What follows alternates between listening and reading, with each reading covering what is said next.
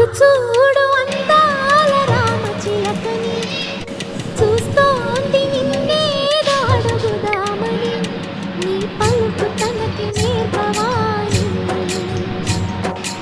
ఇటు చూడు చిన్న